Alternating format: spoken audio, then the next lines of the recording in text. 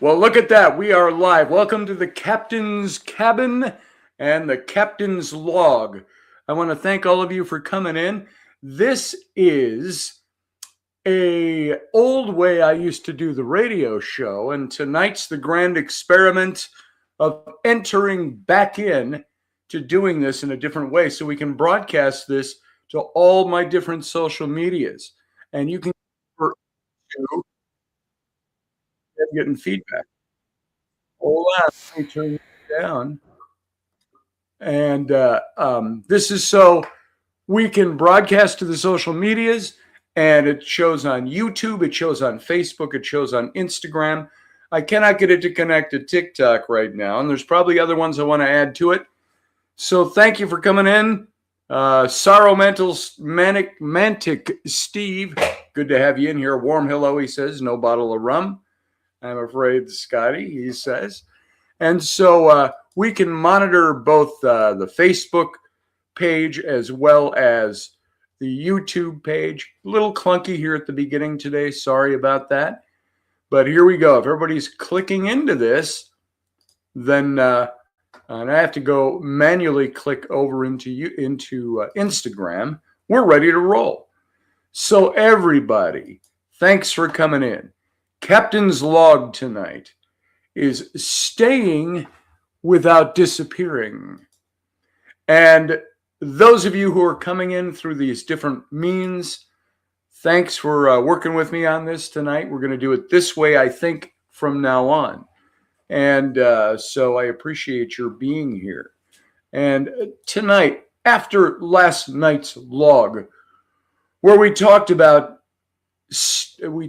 parenting and holding the course, keeping your post, I kind of crafted a few shows that are going to be along that vein over the next few days.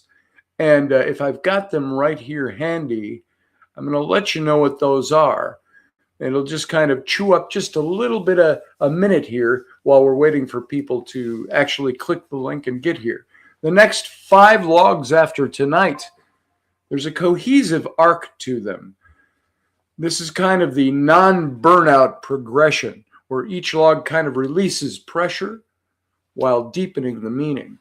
Number 1, staying without disappearing. That's tonight. That's learning to survive endurance.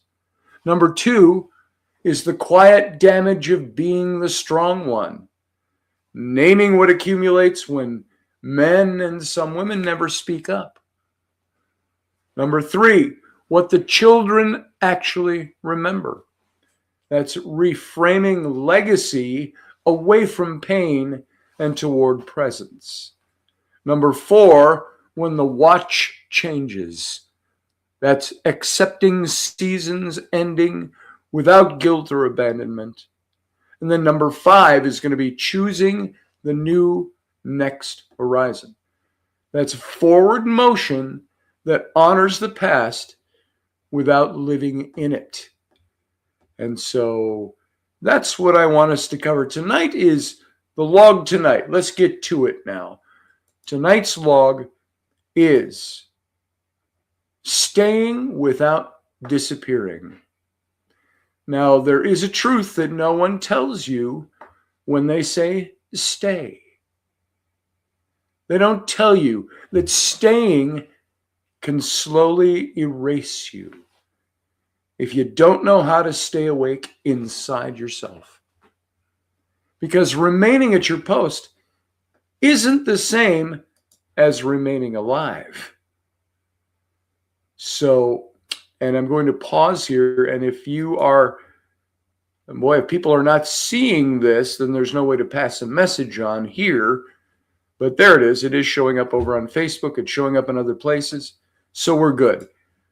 Thanks for that, enduring that technical insert there. So remaining at your post, like we talked about last night, doesn't necessarily mean it's the same thing as remaining alive. And a man or a woman can stand watch for years and still quietly vanish.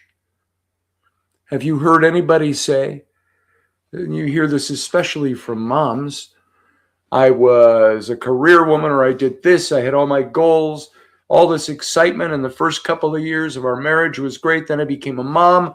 Then I became a mom again, then a mom again, then a mom again, however many kids you have. And by the time those kids hit their teens, what happened? Dad's working all the time, trying to make ends meet. Mom is sometimes working, many times working nowadays. Everybody starts burning out. Family becomes less a thing of the joyous place to escape as it does the place where you get home after work or all the burdens of doing the mom thing or the dad thing, and eventually you find yourself burned out. And I'm not saying that's across the board. I'm saying that is a general thing in our society and our culture.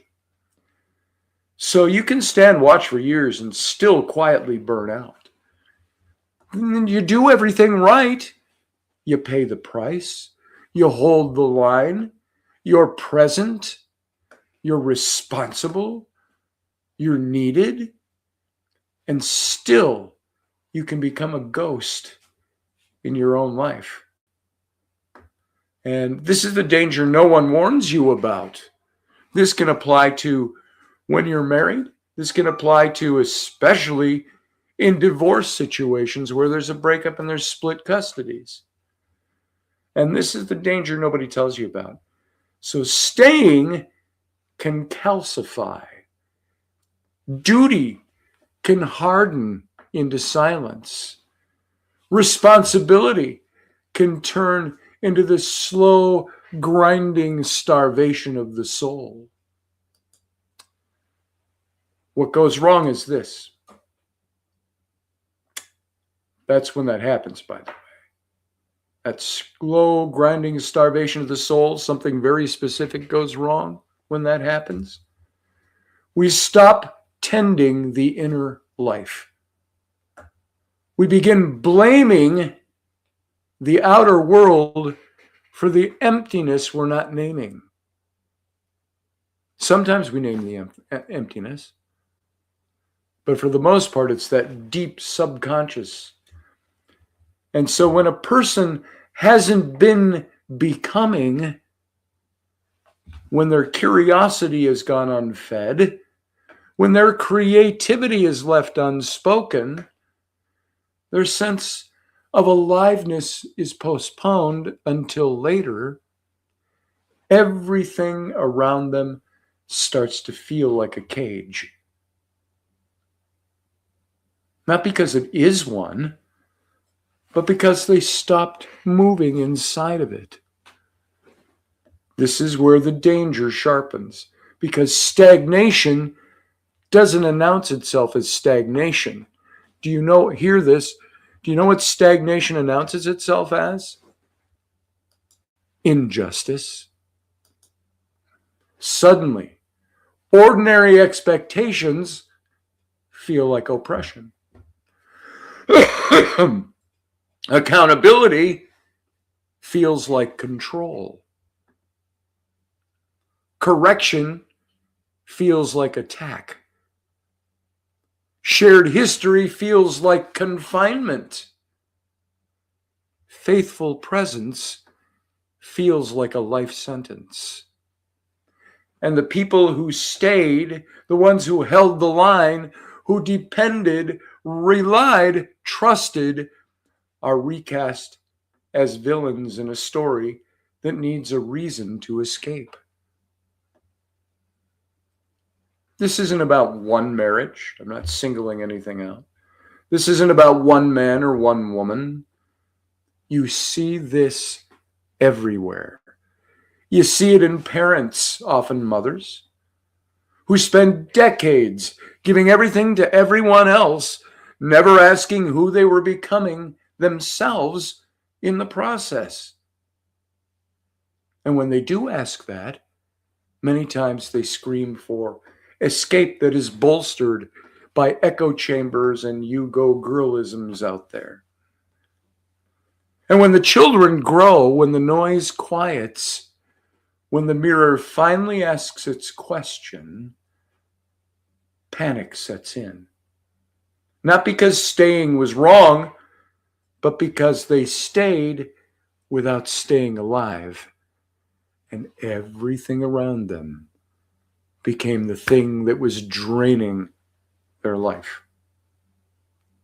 Small things became big things. Arguments became volcanoes. And instead of tending the fire where they are, they mistake their flight for freedom. Let me say this very carefully.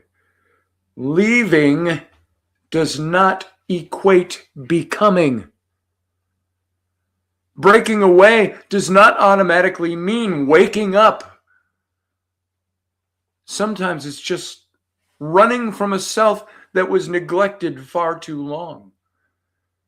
And many times the neglect isn't an overt neglect. It's a neglect that the people around that are being blamed for it didn't realize they were giving. Here's the hard truth on the other side of this. Your children do not need a martyr. They need a living human being who knows how to grow without burning the house down. Remaining at your post doesn't mean you stop becoming.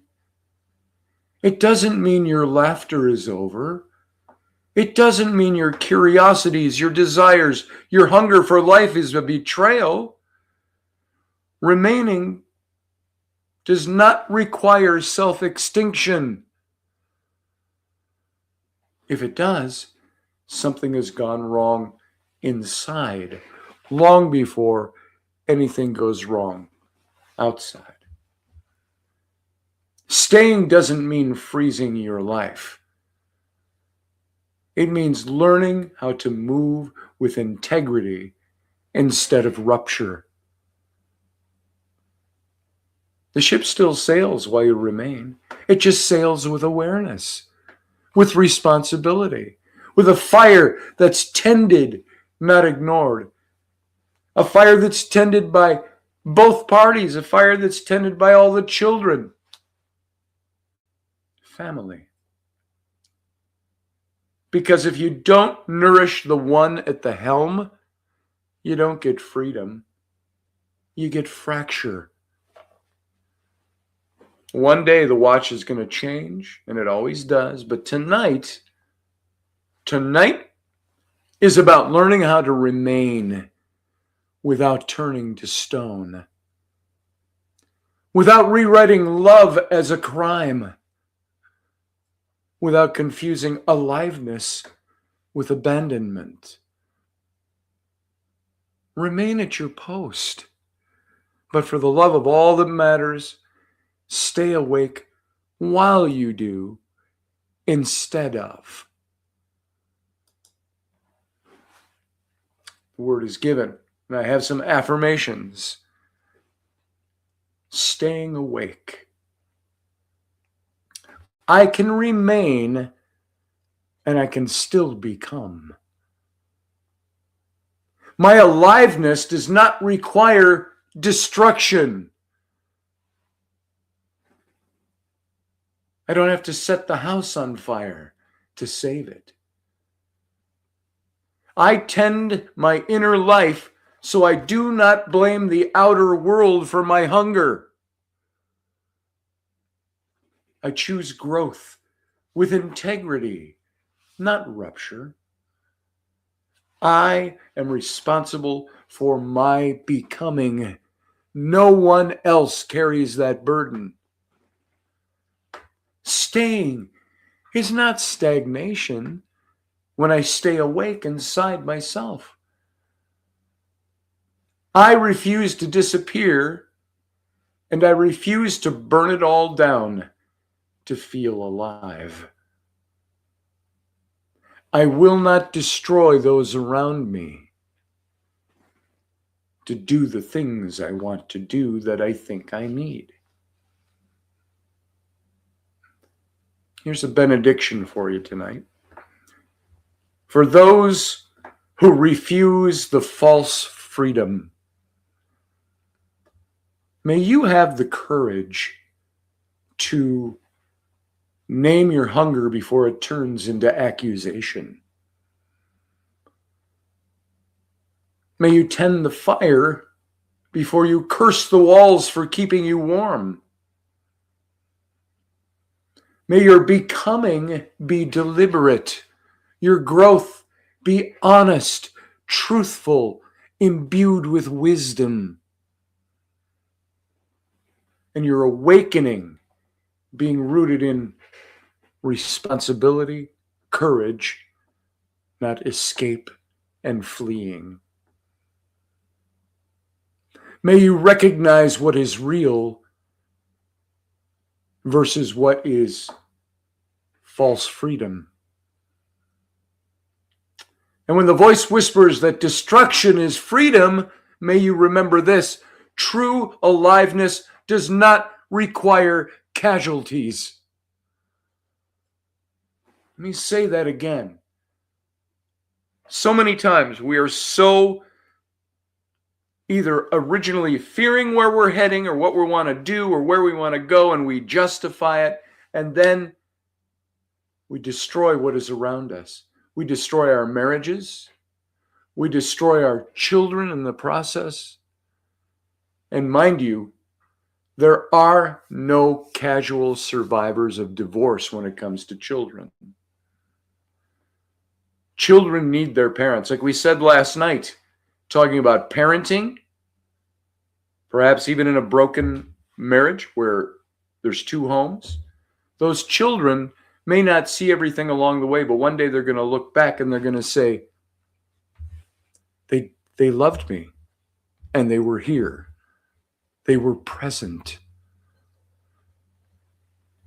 So I want to tell you this again. When the voice whispers that destroying something is freedom, equates to freedom, remember, true aliveness never requires casualties. So rest now. The watch is going to continue. Your watch continues. Whether you're a parent now, have been a parent earlier in your life, are going to be a parent, whether you're in a marriage that sometimes you struggle to keep together.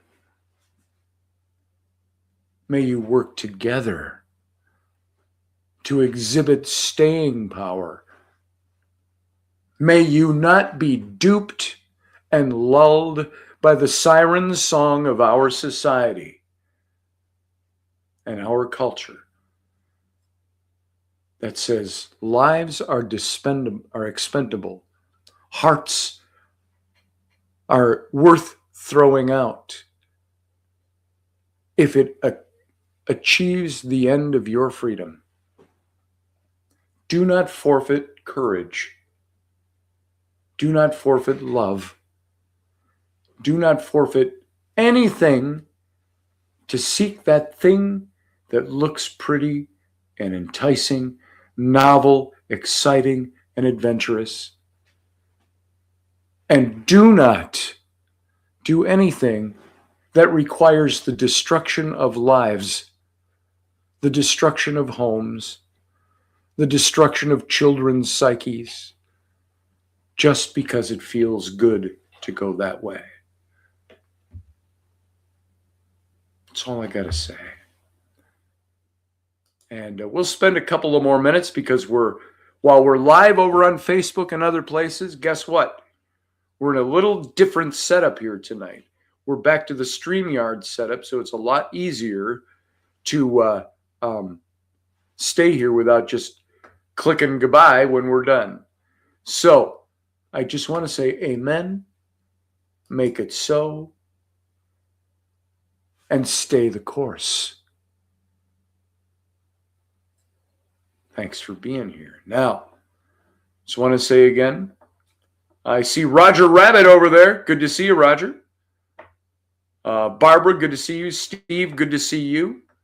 You know, it's kind of funny. During these broadcasts, these live streams, we end up having, I don't know, 3 to 8 people that appear in the chat rooms and make comments. And then I look back an hour later and there's 350 to 1,500 views. So I want to thank you all for being. Debbie Treadway, nice to see you. Thanks for being here. Pam Zaspel, Torreson, good to see you. Pam was a year, I think, ahead of me in high school. So I've known Pam for a long time. Back when I was just a fat, nerdy kid in the youth group. Back in those days. So, sorry, Pam, I just aged you by making you a contemporary of mine. Sorry about that. So, thanks for being here, by the way. So, this, I will repeat again, as I did at the beginning. This is the new format. This is the streaming app and equipment and everything I did when we were doing the full Intrepid radio program. Remember, sorry about that. I could have hit a cough button, I suppose. But when we were doing Intrepid Radio for several years, the last few years I used StreamYard. And I would hook up all my social medias and everywhere, so the show broadcast everywhere at one time. Now, so far, with the Captain's Log, since this last summer, the inception of it, I was streaming just live over on Facebook. Then I would take that when it was done and I would post it up as a rebroadcast or a recording. So now I thought, why am I not utilizing StreamYard? And so we came back in. This is the way we used to do the radio show. Oh, I even had a banner for tonight. Hold on. And I didn't put it up. That's how so not used to doing this I am these days. It looks like, let's see where it is. Where is it? Just so I can show you. Here it is. Boom. Just the little stuff along the bottom. That was that. And so it's fun to see it. We used to have, do you remember Intrepid Radio? Now we're just delving into some spare time here just to talk. That was Intrepid Radio's banners. And everything else we had in here. Robertson with Wendy. That was Russ's. This was Morning Coffee with KB. It's Sunday with Scotty and Rainey. We did a Sunday show.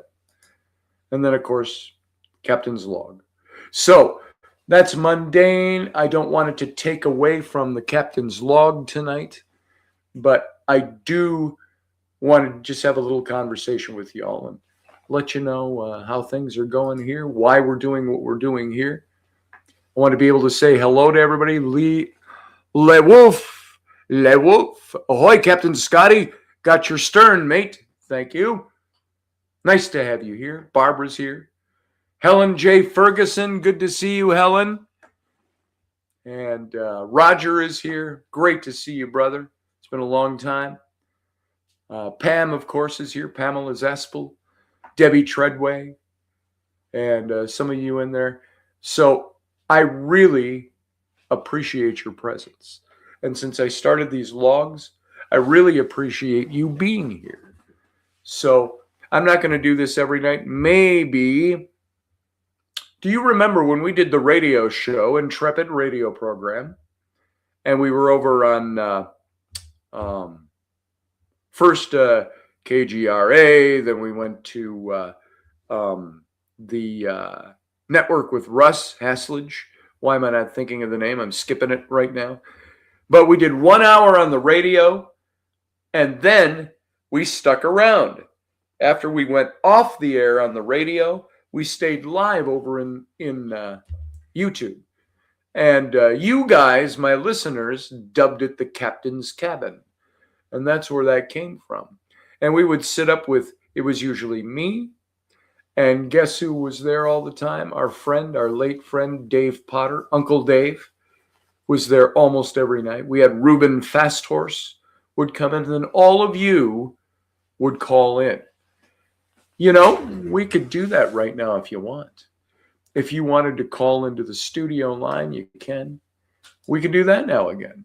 So call into the studio line if you want to add some comments or talk.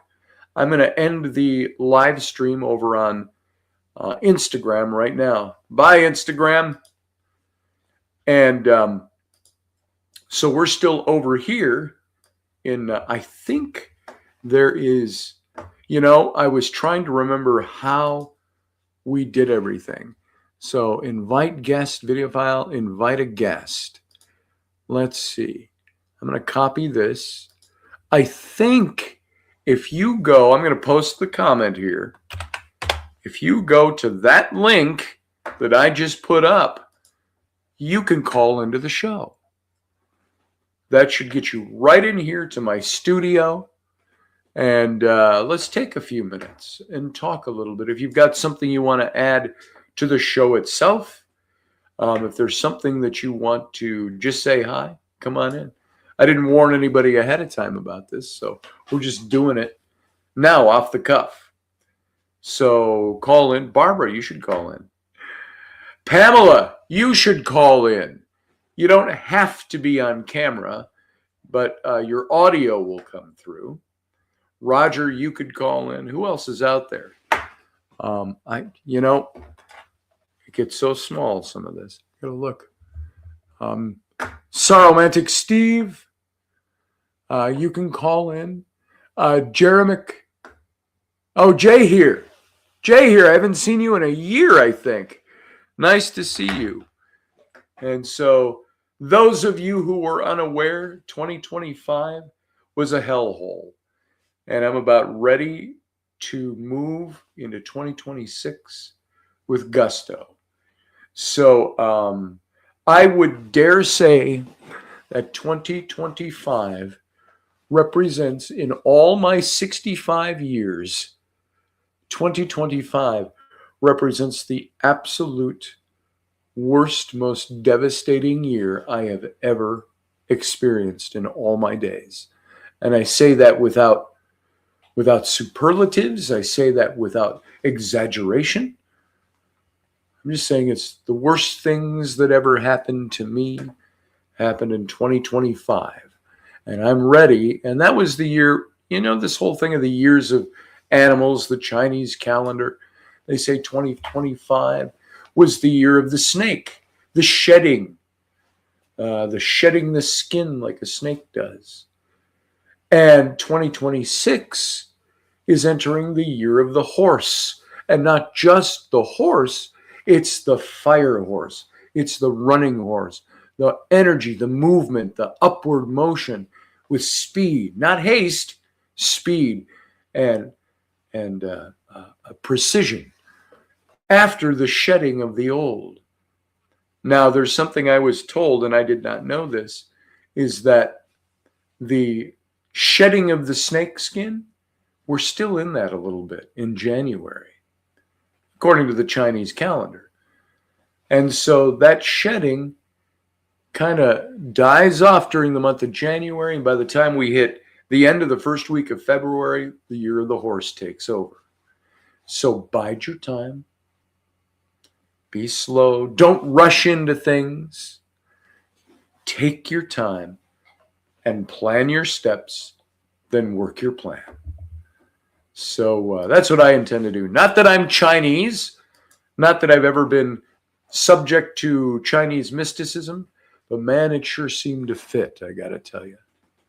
So I'm happy for the new year because the old year was horrid with very few highlights. So, and here I am, and here you are. And God save us all. We're still here. Who wants to call in? Anybody?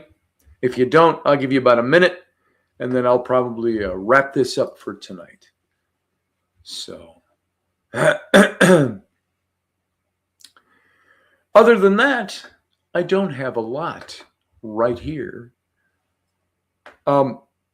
I had thought, not that maybe some of you, this bores you to tears. I had thought maybe I'd hit some of the poetry I've written over the years. over the year. It was all pretty poignant stuff. Maybe too poignant for this particular episode. But let me go through one more time what we're going to be doing before we get out of here.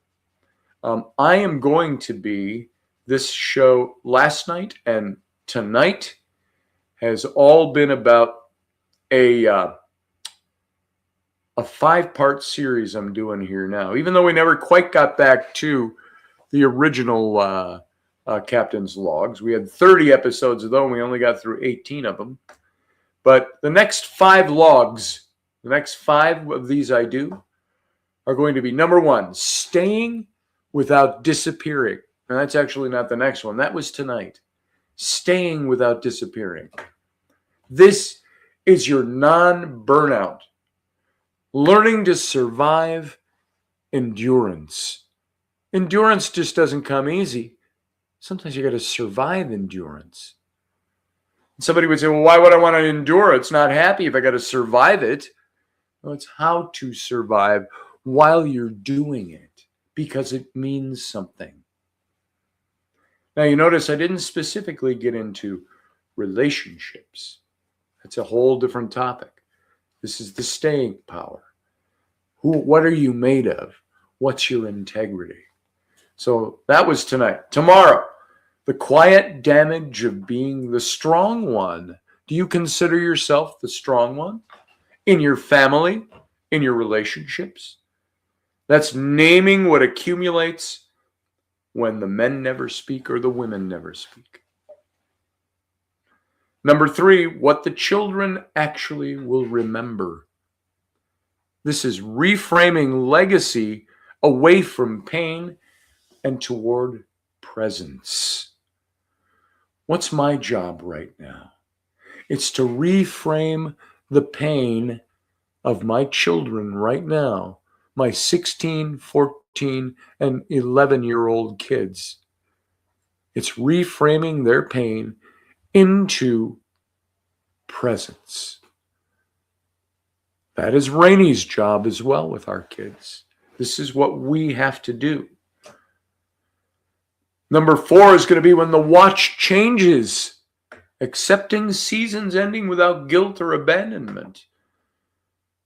And then number 5, choosing the next horizon. This is forward motion that honors the past without living in it. This is the next 4 episodes after tonight. 2, 3, 4, and 5. And we'll talk about these things. And if I miss any days in there, I probably won't. That's going to be, today's Tuesday. That's going to be Wednesday, Thursday, Friday, Saturday. So, and maybe we'll do a prolonged Captain's Cabin on Saturday, where you can all come in and we'll all talk. I'll see, maybe I can get Ruben here. I won't get Uncle Dave here. If I get Uncle Dave here, something wild is happening. So I want to share something with you. I talked to a good friend of mine who is a medium. Now, what's a medium as opposed to just a psychic? And I'll tell you more about this on Saturday night when we do an expanded Captain's Cabin. But what's a medium? A medium is somebody who talks to the dead. Now, some of the circles I've come from in my past, my theological circles, as many of you know so well, I went to a conservative fundamentalist Baptist church.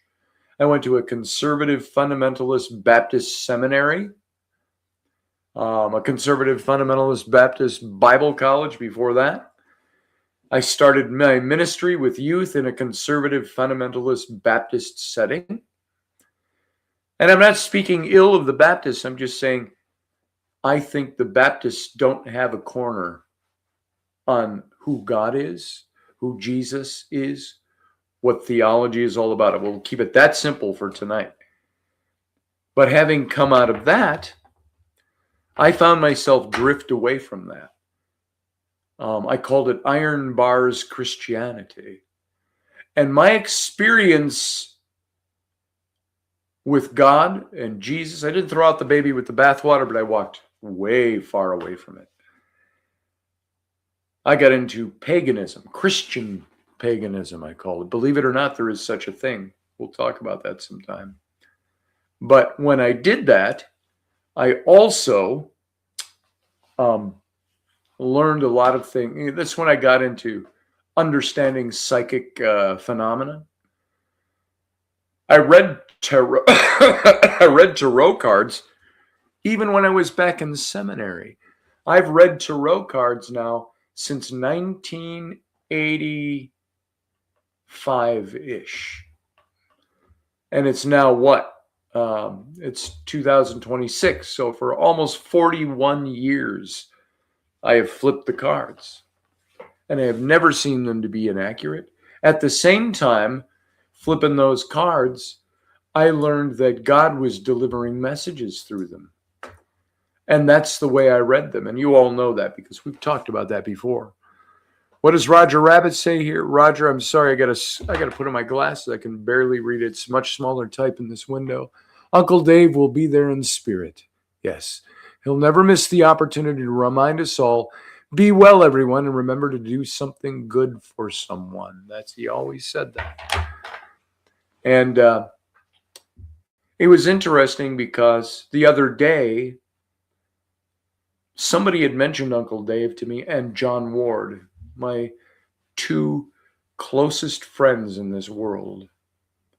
And they both died.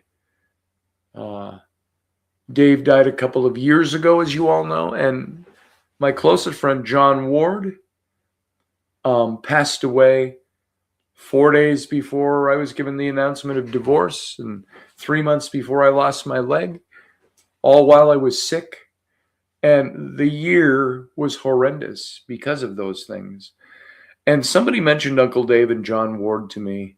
And I thought, and it just broke me at the moment. And I thought, I have somebody I know that is a medium and I've known for 25 years and is as accurate as they come. Psychically, mediumship. And I spoke to her the other day, said, can you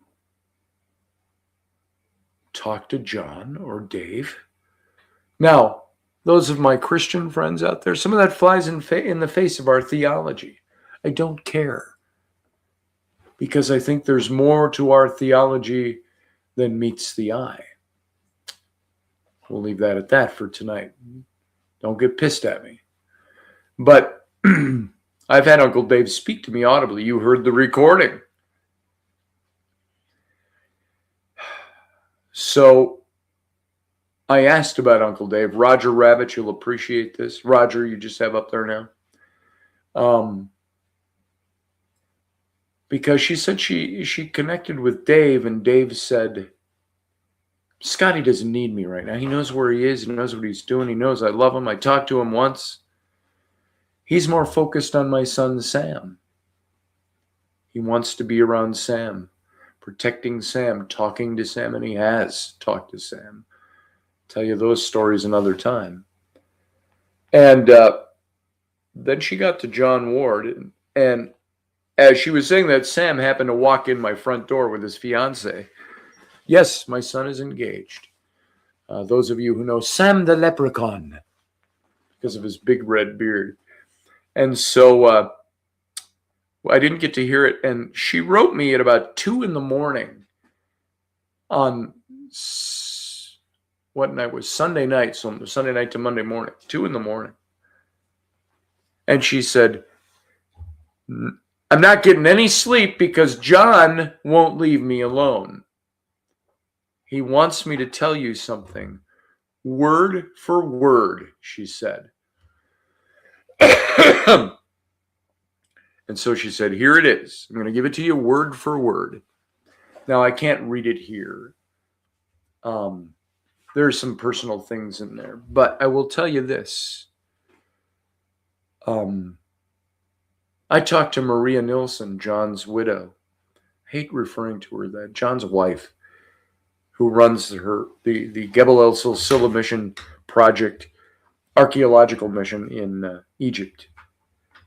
And she said, she says in that sweet little Swedish accent she has, it sounds exactly like John, she says. Not all the words he would use, but the meanings are exactly John. And she said, of course, and she believes in this stuff. But she said, jury's out, but it did sound like something he would say to you. And it was Nancy who gave me the reading and said, John kept me up all night and he made me write this down word for word. So this is exactly what he had to say. And so it was very interesting. I'll share some of that with you on Saturday night. And so here we are. It's just us. There's 16 of us in the room right now. There is already a ton more viewing this. I hope everybody found this okay. I don't see why not. The link was right there on the picture. When people usually come in to see me do my Facebook live stream, although I think people see the stream because it comes up in their announcements. So hopefully they saw this and you all clicked in and were able to make it here tonight. I hope. Oh, wow. There's been a lot of things here that I missed. Hi, Diana. Good to see you. And yeah, Roger, that is wonderful to hear. Tearfully wonderful to hear about Dave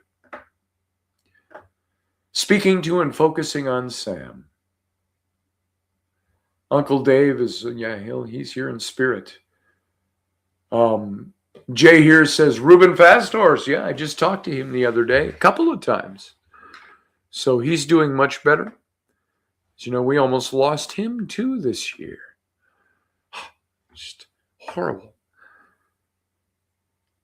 Deb Daniels LaRue, she says, the pastor said something recently that there's a difference between surviving and enduring. Surviving is stagnant, while enduring is more active. I'm still pondering that. And he's right, Deb. He's very right. Now I'm moving backwards here and I'm seeing your comments going backwards. Barbie D. No, that's not Barbie D. It is. Barbie D says, well, you are, and that's the point. I'm not sure who you're responding to. Christopher Schultz said, horses, the staging lanes, waiting for the doors to open, hence opening of January. Exactly. I'm going backwards, so I'm getting some of these out of context, I'm sure. Not calling in, but what's up, my friend, says Christopher. Keep rocking. The horse is about to take off. Yeah, a few more weeks, brother. And we'll be taking off with the horse, and I'm ready to do it. I've got so many things in flight. May I, please, without losing any of you? This book is out, my book. It's a hardcover. This is the hardcover version. My book, The First 12 Days. And it really is an encapsulation of this last year. I was asked, for those of you who don't know, a couple of weeks after my leg came off, it was toward the end of October, I was interviewed by a man named, on his show, Mark Fucarelli. He runs the Mark Network. You can go look it up, MARC Network. And he was the man who, at the Boston Marathon bombing 13 years ago, was right next to the backpack when it blew up and it took off his leg and part of his other one. And he became an amputee. And as a result, he said something that seems to happen a lot. His wife left him. And he struggled for a while. And then he founded this network, the Mark Network. And he said, did you know that there are between 350 and 500 people in America every day that lose their limbs. And I said, yeah, I guess I'm one of those people now, I said in the interview. And we laughed about that. I have suddenly been thrust at this stage in my life of a fun life, a filled life with all kinds of things I've done, adventure, excitement, exploration, all of these things. Suddenly, at this stage, I become a disabled fellow.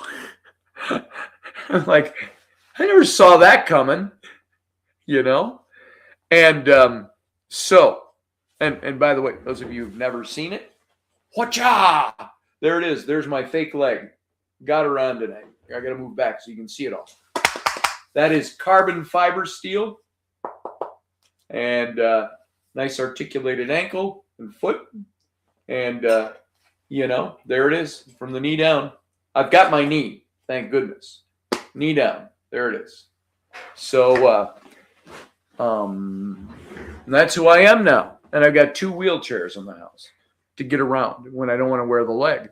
Thank you. Thank you, Steve. It is a beautiful thing.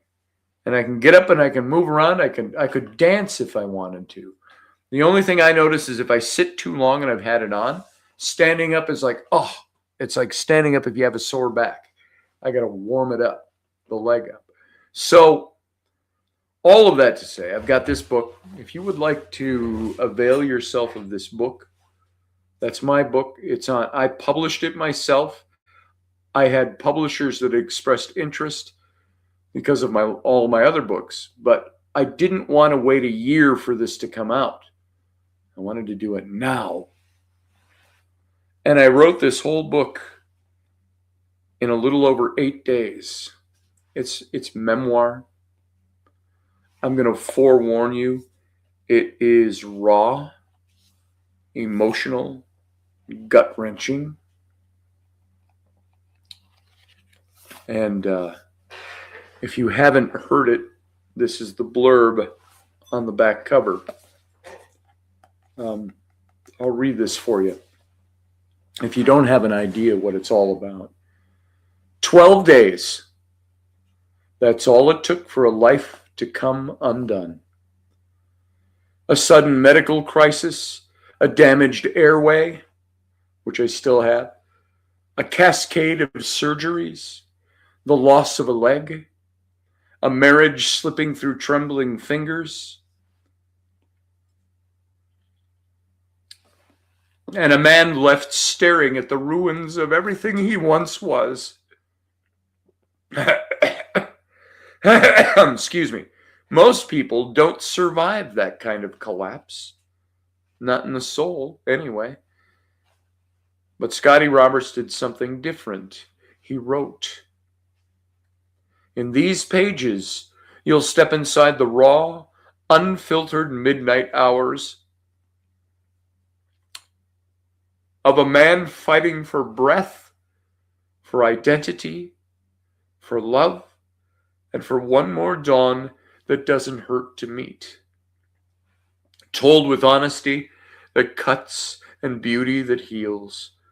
The first 12 days is a journey through devastation and the first flicker of rebirth that rises out of the ash.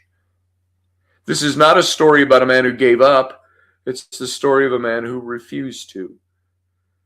If you've ever lost yourself, if you've ever wondered whether a broken life can be rebuilt, if you ever stood in your own ruins, this book is a hand reaching back for you. The first 12 days is proof of a simple ancient truth. You are stronger than what tried to destroy you, and your story isn't over.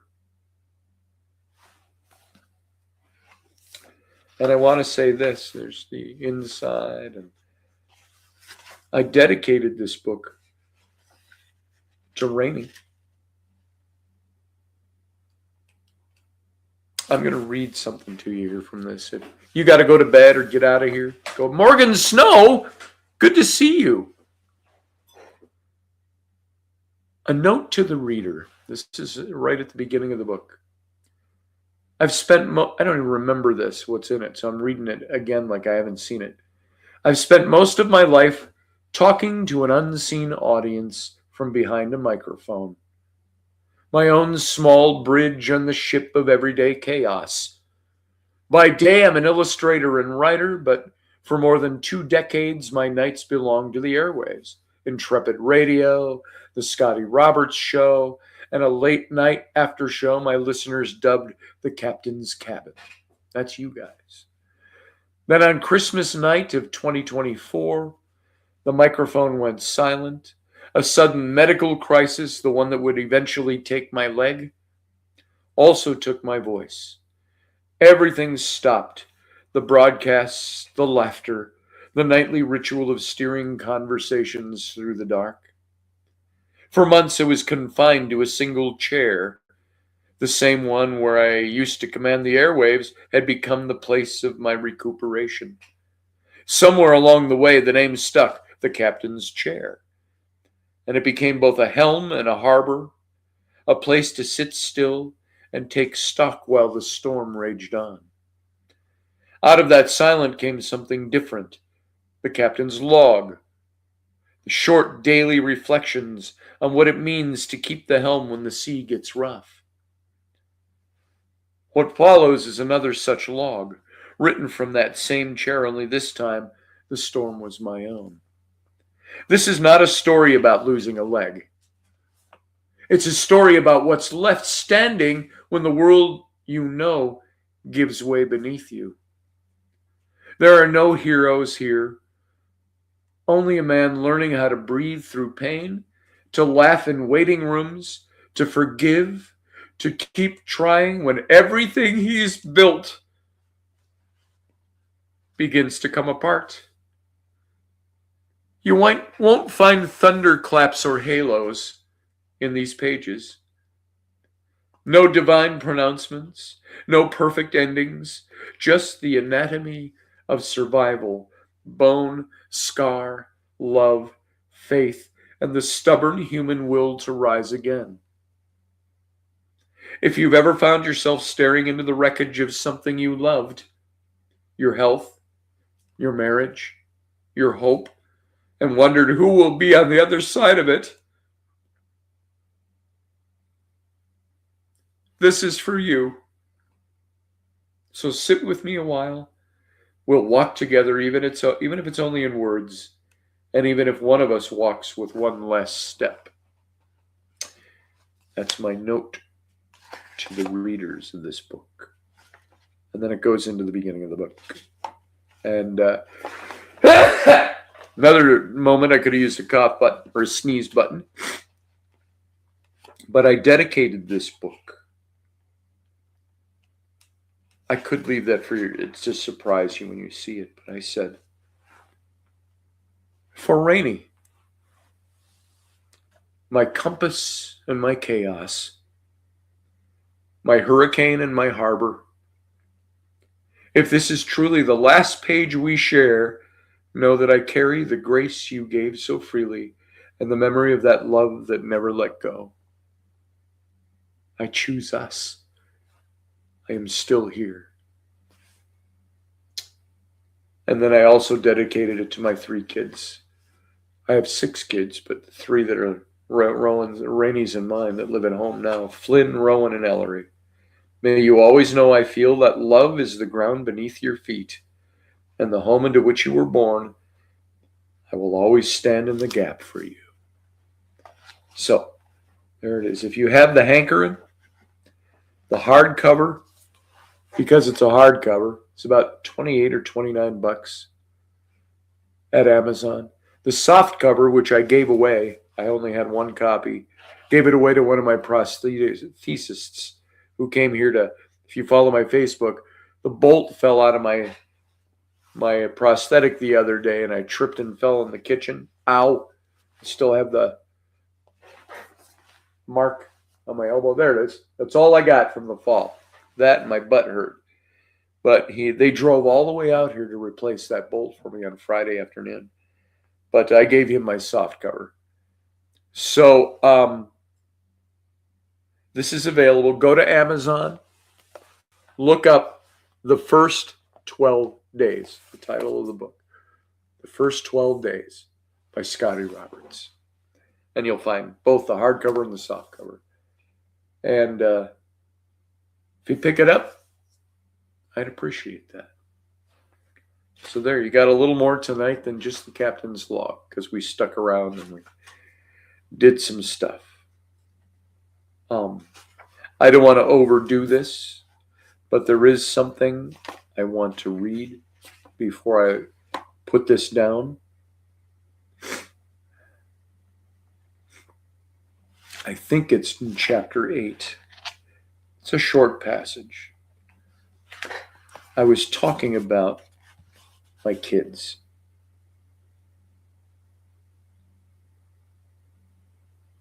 This is the tone of the book, and if you can bear with me, indulge me for a few more minutes. Chapter 8, Phantoms, it's called. Phantom pain is strange. I get it all the time, by the way. Let me intercede or stick in. When I have this leg, my leg ends right here. And there are days I'm sitting here, I'll feel like my foot's falling asleep. Or I feel an itch in my foot. Or I feel like, oh, I'm bending my toes a little wrong, a little crooked. And then I move them, and then I go, wait a minute, I don't have a foot. So I got nothing from here about mid-shin down. But phantom pain, phantom sensation is what they call it.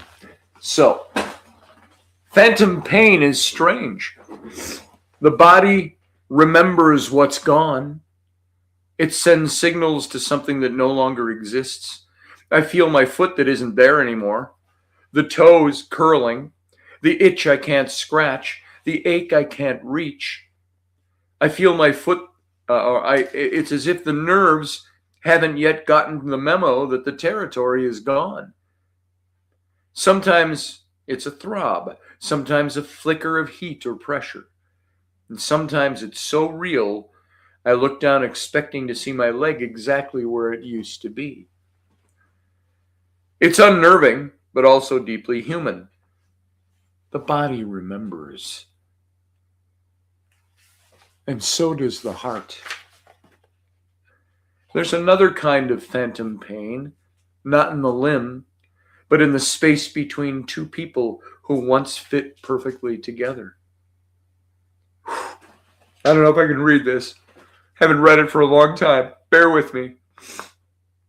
The kind that wakes you at night, reaching across the bed for someone who's still there but already fading away. Rainey sleeps in the bedroom now. I sleep out here in the chair. We still talk every day. She still drives me to appointments, still checks on my dressings, still brings me coffee in the mornings. But there's a quiet in her now, the kind of quiet that hums with the distance. We share jokes sometimes. She'll pass by and say something funny or ironic, and I'll smile, but our laughter feels like it's echoing from another time. She never says she loves me anymore. She caught herself saying our traditional, love you, bye. We've done that for 21 years on the phone or when we leave. Love you, bye. But quickly came back with, see you, bye. I reached for her hand tonight and kissed it as she was walking by. She let me, but she didn't say anything, just kept moving. And I can't even fault her for that. She's been carrying the weight of this life for so long. At the very beginning, when she handed me her letter asking for a divorce, that was August 9th of this last year, she said that she needed to find someone who can take care of her when she gets older. I'm 19 years older than she is. It's hard to argue with that feeling, and I can't youthen. But the years between us are the same number of years that were there 20 years ago when we first started dating and got married. And love is supposed to help you weather the storms, especially after 2 decades. The rest is just the stuff that couples experience every day and choose every day to love their way through, outside influences notwithstanding. Earlier this evening, we were outside having a smoke. She started talking about that new three eye atlas, whatever it is, comet she'd read about. That's how recently I read this, the three eye atlas comet, and how scientists think it might carry signs of extraterrestrial life. She was animated, curious the way she used to get when a mystery caught her imagination. For an hour, we were just us again, talking about space and the unknown and the wild, impossible beauty of things we'll never fully understand. When we went back inside, she sent me a few videos on my phone, and we watched together for a while. Then she went to bed. I stayed in my chair, staring at the dark screen after she turned off the TV, and thought about how those conversations used to mean everything. We always shared that fascination with the unseen. Ghosts, psychic energy, tarot, the paranormal, ancient mysteries, the spaces between worlds. She's intuitive. She always has been, almost psychic in her ability to sense what's coming. She's warned me about people before, she's seen storms before they've hit, but now I wonder what her intuition tells her about us.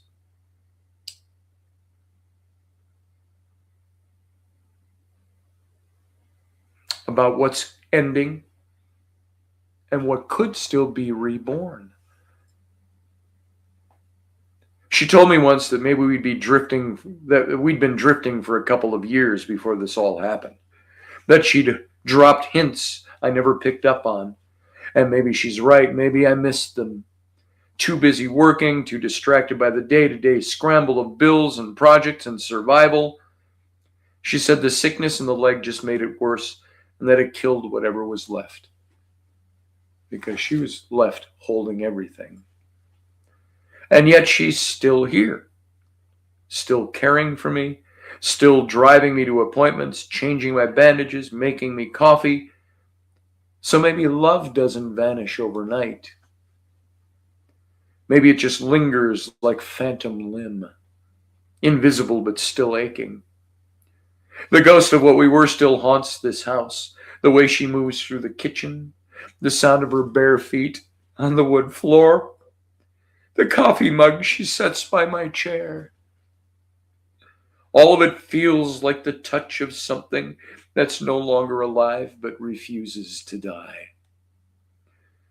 I sometimes wonder if phantom love is just as real as phantom pain. A trick of memory or proof that some things remain connected even when they're severed. And then, of course, there are the children. They're living with their own phantoms now, watching their parents drift apart, watching their father learn to live with one leg. They each handle it differently.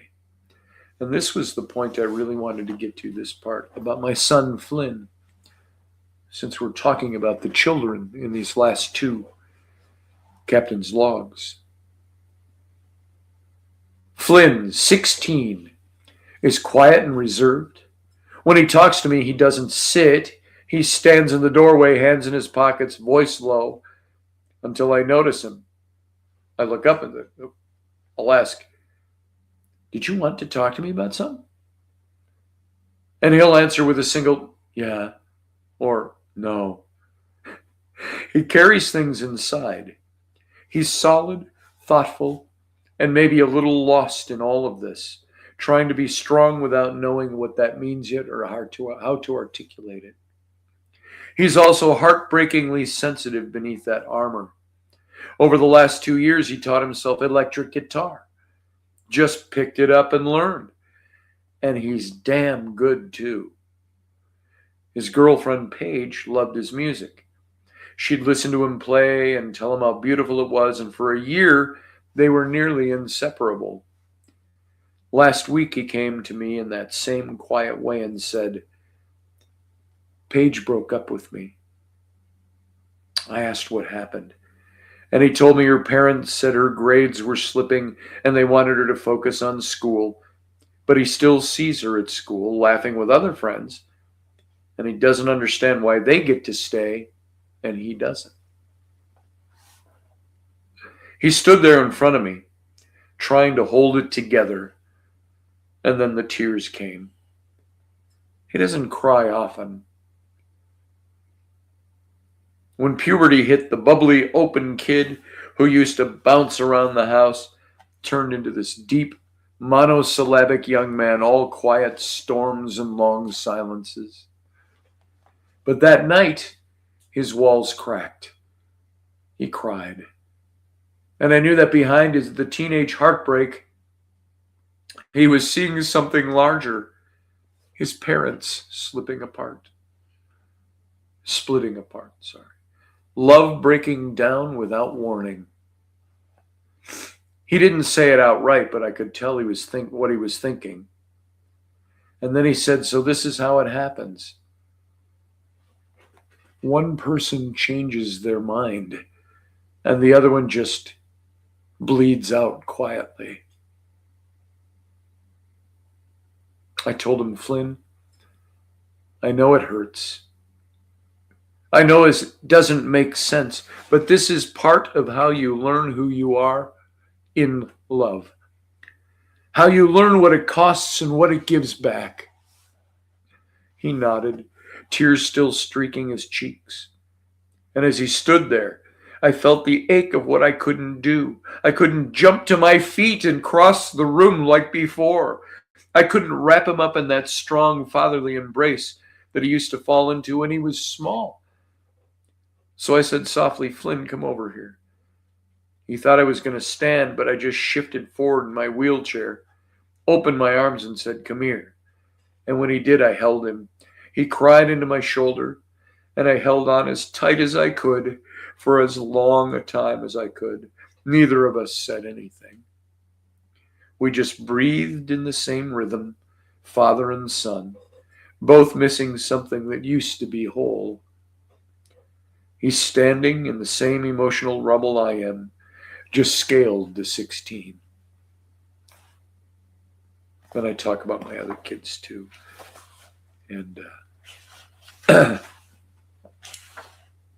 and I end this all up and I say, and so there are many ghosts here. The missing leg, the love that's fading, the children watching it all and trying to grow up inside the echoes. I used to talk about faith on the air all the time. 5 nights a week, live radio, exploring the unknown, the spiritual, the strange. I'd question it, challenge it, poke at it with humor and intellect. Now, sitting in the quiet of this house, faith feels less like a broadcast and more like a whisper. There are days it feels like I'm still trying to believe in the things I used to say into that microphone. That there's purpose, that pain is a teacher, that we can rise again. But sometimes faith is just waking up and deciding to breathe, to roll the wheelchair toward the light of the window, to keep trying.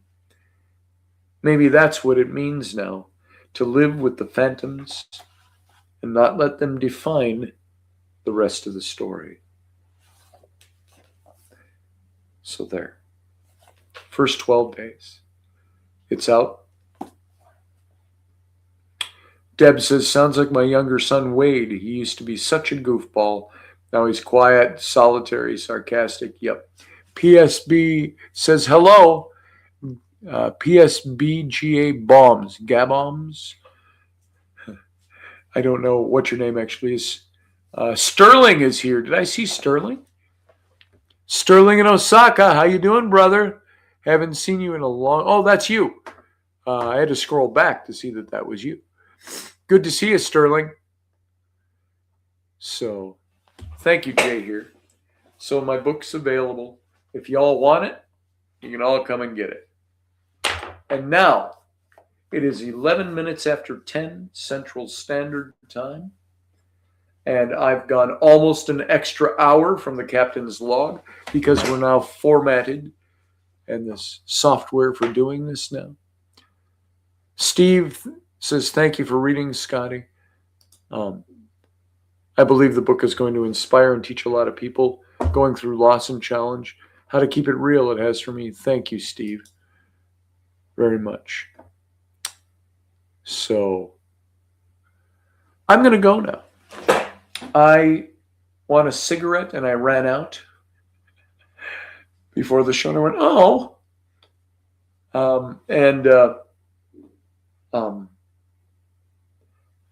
I can't walk to the gas station. It's all icy. I don't have my car yet, even though I'm in my new house. My new house all alone. My kids will be here next week by the time I get beds set up and their rooms all set up. I've been here for about 5 days. And just got some groceries and stocked up. My van broke down. The transmission fell out of it. And it's just shot. So I got to get a new car.